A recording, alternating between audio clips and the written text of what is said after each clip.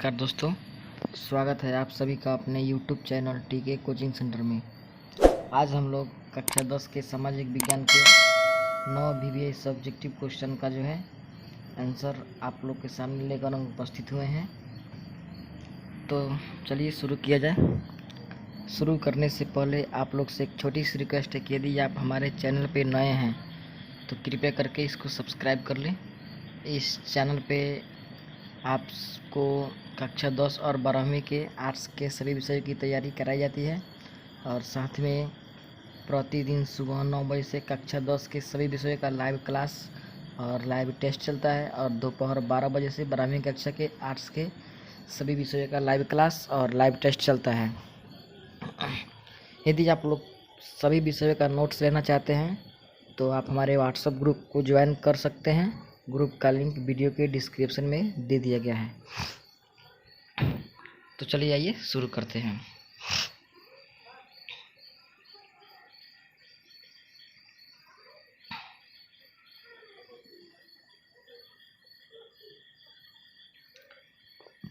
चलिए प्रश्न संख्या 1 है। हरित क्रांति से आप क्या समझते हैं? इसका आंसर यहाँ से देखिए। भारतीय कृषि में क्रांतिकारी विकास को हरित क्रांति कहते हैं। नई प्रजातियों की फसल लगाकर सिंचाई सुविधाओं, आधुनिक उपकरणों के प्रयोग एवं रासायनिक खाद उर्वरक के प्रयोग से भारतीय कृषि में सोना उत्पादन होने लगा। इसी को भारतीय कृषि कहने का मतलब भारतीय कृषि अब सहारा नहीं बल्कि व्यवस्था बन गई है। कृषि में आई इसी तरह के बदलाव को हरित क्रांति के नाम से जाना जाता है। चलिए अगला प्रश्न की ओर बढ़ते हैं।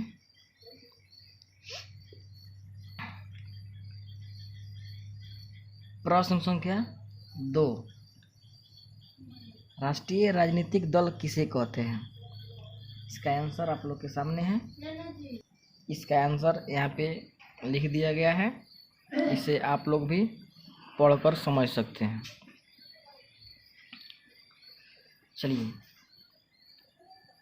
किसी लोकतांत्रिक देश में वैसे राजनीतिक दल जिनका अस्तित्व पूरे देश में होता है एवं जिनके कार्यक्रम एवं नीतियों राष्ट्रीय स्तर पर के होते हैं, इनकी इकाइयों राज्य स्तर की होती हैं, इन्हें राष्ट्रीय राजनीतिक दल कहते हैं। भारत में राष्ट्रीय राजनीतिक दल की मान्यता प्राप्त करने के लिए राजनीतिक दलों को लोकसभा या विधानसभा के चुनाव में 4 या अधिक राज्यों द्वारा कुल डाले गए वैध मतों को 6% प्राप्त करने के साथ साथ किसी राज्य के लोकसभा की कम से कम 4 सीटों पर विजयी होना आवश्यक है। भारत में राष्ट्रीय दल का उदाहरण कांग्रेस, भारतीय जनता पार्टी है। चलिए अब अगला प्रश्न की ओर हम लोग बढ़ते हैं। इसमें कुल प्रश्नों की संख्या 9 है। तो हम लोग पहुंच चुके हैं प्रश्न संख्या 3 पर। रॉलेट एक्ट क्या था? तो भारत में क्रांतिकारियों के बढ़ते प्रभाव को समाप्त करने के लिए रॉलेट एक्ट लाया गया। इसके अनुसार सरकार किसी भी भारतीय को गिरफ्तार कर उस पर बिना मुकदमा चलाए बंदी गृह में रख सकता था। भारतीयों ने इस कानून का तीव्र विरोध किया। इसको रॉलेट एक्ट के नाम से जाना जाता है। चलिए अब हम लोग देखेंगे प्रश्न संख्या 4। ये सब बहुत ही इम्पोर्टेंट प्रश्न है, आप लोग इसको याद कर सकते हैं और इसका PDF हम आप लोग को प्रोवाइड कर देंगे। आप हमारे व्हाट्सएप ग्रुप से जा कर के PDF ले सकते हैं। तो चलिए अब हम ध्यान देंगे प्रश्न संख्या 4 पर। आतंकवाद लोकतंत्र की चुनौती है कैसे? इसका आंसर इस प्रकार है, आतंकवाद की समस्या भी लोकतंत्र के लिए एक चुनौती है, क्योंकि इससे देश की एकता और अखंडता खतरे में पड़ जाती है। आतंकवाद की समस्या आज विश्व के हर एक देश में कुछ न कुछ दिखाई पड़ता है। आतंकवाद के कारण देश का विकास अवरुद्ध हो जाता है। अतः आज ज़रूरत है कि इस समस्या का निपटारा के लिए संघर्ष दलीय राजनीति से ऊपर उठकर इसे हल करें।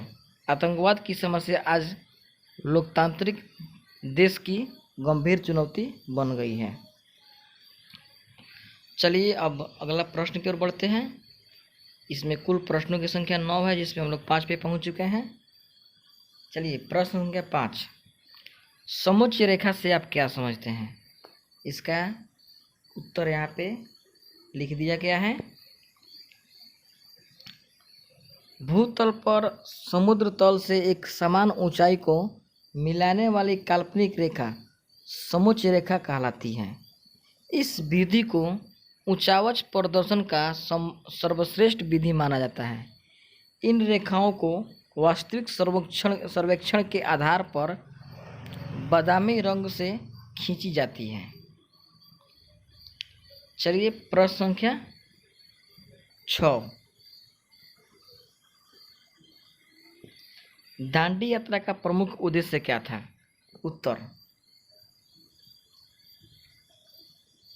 गांधी जी ने सविनय अवज्ञा आंदोलन की शुरुआत दांडी यात्रा से ही की है। दांडी यात्रा का उद्देश्य समुद्र के पानी से नमक बनाकर नमक कानून का उल्लंघन करना था। पूरे देश में नमक कानून का उल्लंघन किया गया, जिसको दांडी यात्रा के नाम से जाना जाता है। चलिए प्रश्न संख्या 7, वस्तु विनिमय प्रणाली क्या है? इसका आंसर यहाँ पे लिख दिया गया है। वस्तुओं अथवा सेवाओं के साथ प्रत्यक्ष अदल बदल की प्रणाली को वस्तु विनिमय प्रणाली कहा जाता है। प्राचीन काल में यह प्रथा बहुत प्रचलित थी। इसे अदला बदली प्रणाली भी कहा जाता है। मुद्रा के माध्यम के बिना एक वस्तु अथवा सेवा का दूसरी वस्तु अथवा सेवा के साथ साथ सीधे विनिमय ही इस प्रणाली के अंतर्गत आता है। चलिए अब हम चलते हैं प्रश्न संख्या 8 पर। दल बदल कानून क्या है? उत्तर, दल बदल कानून विधायकों और सांसदों के एक दल से दूसरे दल में दल बदल को रोकने के लिए संविधान में संशोधन कर कानून बनाया गया। इसे ही दल बदल कानून कहा जाने लगा, यानी कि इसे ही दल बदल कानून कहते हैं। तो यह था प्रश्न संख्या, यह सामाजिक विज्ञान का 9 VVI सब्जेक्टिव क्वेश्चंस था। यदि यह वीडियो आप लोग को थोड़ा सा भी अच्छा लगा हो तो हमारे चैनल को सब्सक्राइब कर लें, और यदि इसका PDF चाहिए तो हमारे व्हाट्सएप ग्रुप को ज्वाइन करें। हमारे चैनल पे प्रतिदिन लाइव क्लास, लाइव टेस्ट चलता है। चलिए इसी के साथ लाइव वीडियो को समाप्त करते हैं। जय हिंद, जय भारत।